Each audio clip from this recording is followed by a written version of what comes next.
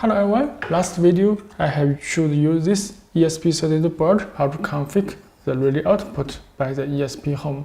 And in this video I will show you how to use this digital input for ESP32 board so that you can connect with many dry contact sensors such as door sensor, smoking sensor, window sensor. Any dry contact sensor can connect with this terminal, and so that your home assistant can monitor the sensor state. And also you can do the automation, such as when sensor trigger and the relay output will be on and will be off. Okay, let's step by step tell you how to configure it by ESPHome. Let's look at this is our A4 board that's made by ESP32. And this time, first we connect with this USB cable. The USB cable have connect with our server that have a Raspberry Pi USB port. And this I have connected DC 12 volt. I connect with it so that the red LED will be on. So the hardware is ready, and this 4 channel is digital input, and you can see this terminal is ground, and this D1 digital input 1, D2, D3, D4. So later we will create this 4 terminal to home assistant by the ESPHome. Okay, let's put that here. And you can see this is our computer home assistant dashboard. You can see I can turn on and turn off my relay.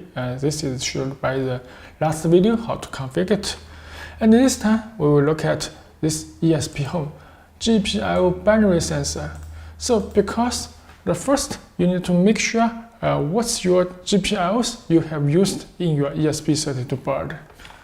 So you can see that also is very easy. Just at last that will have a monitor like this window sensor, and how to configure it, just so easy sentence. And the first we need to configure our hardware, which GPIO we have used. And this is ESP32 module. So you can see that is in digital input 1, digital input 2, and digital input 3, and digital input 4. So these 4 GPIO we will use. And I have already listed here so that can see this GPIO which number have used it easily.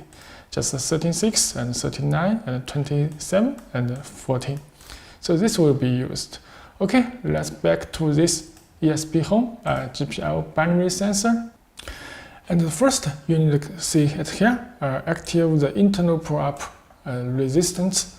Whether you need to use these options, you need to confirm with your PCB design. So you can see it here, this is for schematic, and this is digital input 1, and you can see in our schematic at here that have some resistance at here.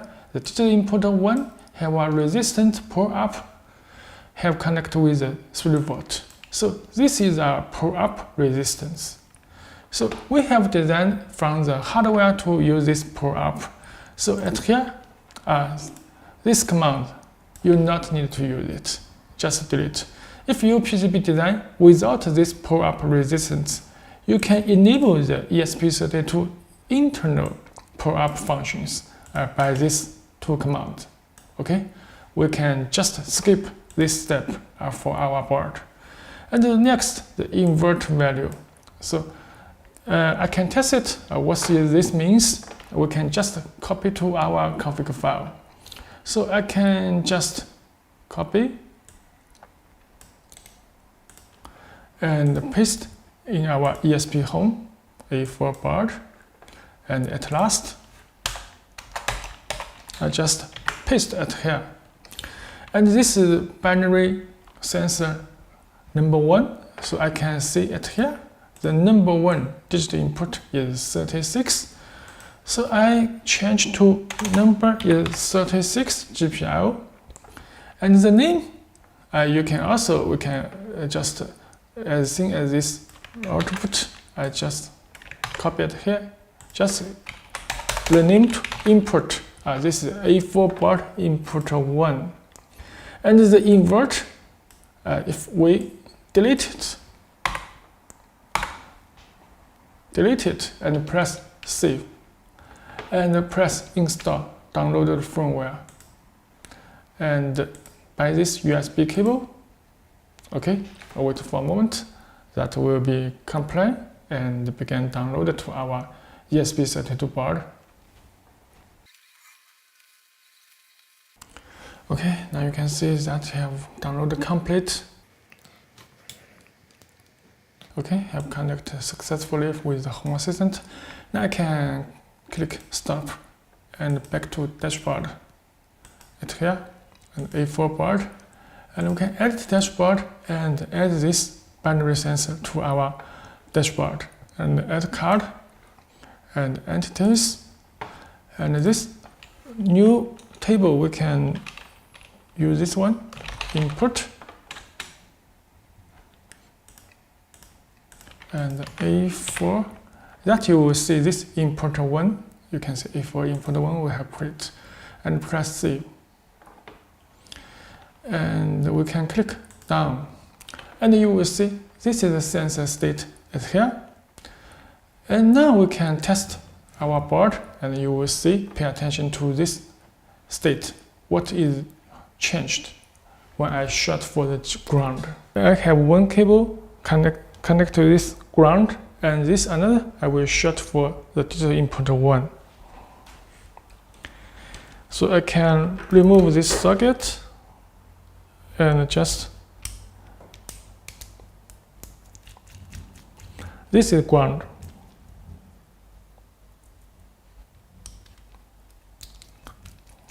So this one side I have connected with the ground.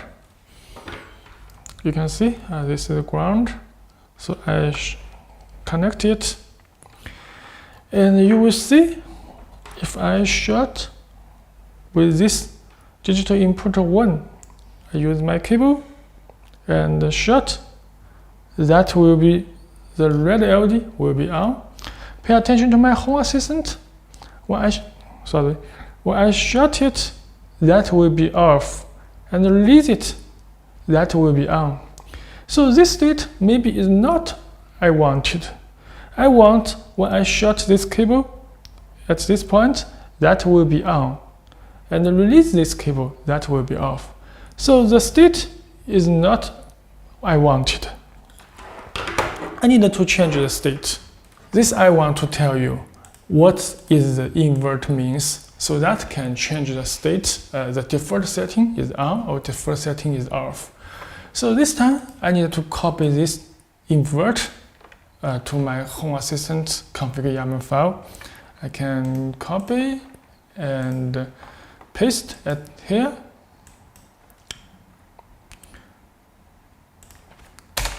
Just paste it here. Invert true. If you delete it, that means default is false. So we need to set the invert to true. And we can click save and click install again and download the firmware, and let's test it what is changed, whether the input state is changed the state. Okay, complete. And now let's test again. So you can click overview and dashboard, and this time you will see the input, the default become off. So this is our wanted. Let's test the cable and shut with ground. And pay attention to my Home Assistant. And this time I will shut this cable with my input 1. You can see here. I shut. That is on. Home Assistant is on. Release is off. Shut is on. Release is off. So this invert have added. That is the logic we wanted. So until now, you have added this first channel of digital input 1. If you want to add the rest of digital input 2, 3, and 4, so just copy and paste is very easy. So you can see here at the Home Assistant YAML file, and you just need to copy this code. And copy, and paste, paste, paste, and change your name 1, 2, 3, 4, and also change the pin number. The second, you can see, the second is 39, and the third That's 27. And the next is 14. So I change to 14. Okay, easy. Just save and install by USB cable and wait for a moment.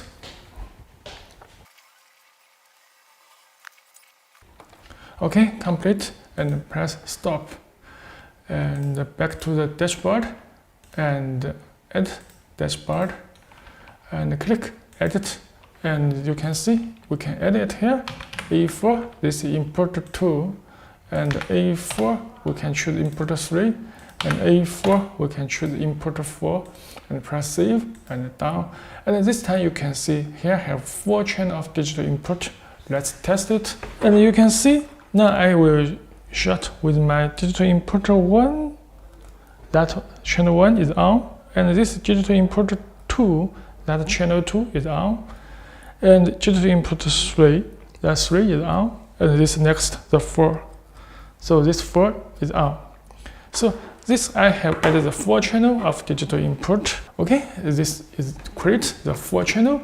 And the last option is also sometimes is very useful. That have a debounce value. What that means, maybe you have seen my video in before. I have shot the ground. That is not very good contact. So this have a field that will have a delay time. What use for that means, and pay attention to my video and this Home Assistant state and my cable. You can see again, if this cable or use wall switch with not a good contact, you can see just like this, just like this in my Home Assistant, and the signal will be not stable. So just like this. Maybe you have a button, so this button have a not good contact, so the signal will not very good. So the signal will just like this. So this we don't want it. So we can just add this field. So this time we need to reduce this interference. So we can use these sections, add this value, and add this delay time. So you can copy and paste. I will show you. Just add this, copy, and paste it here for the number 1, channel 1.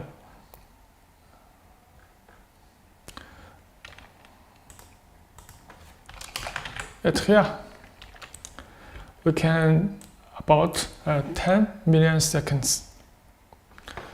Just do this one, add this number behind this number. So just add this. We can change to 50 milliseconds. I just want to see you clearly.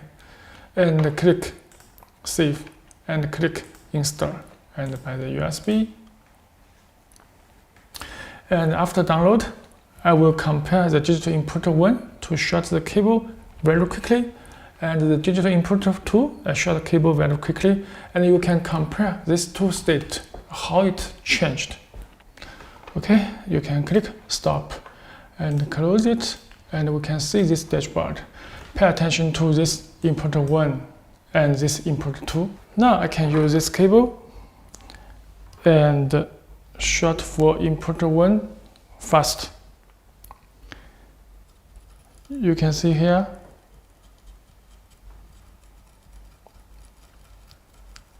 And let's compare with the digital input 2. So you can see here, that is fast change the state.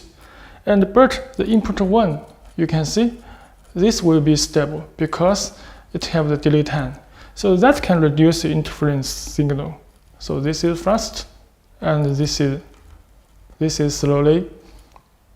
This is very fast.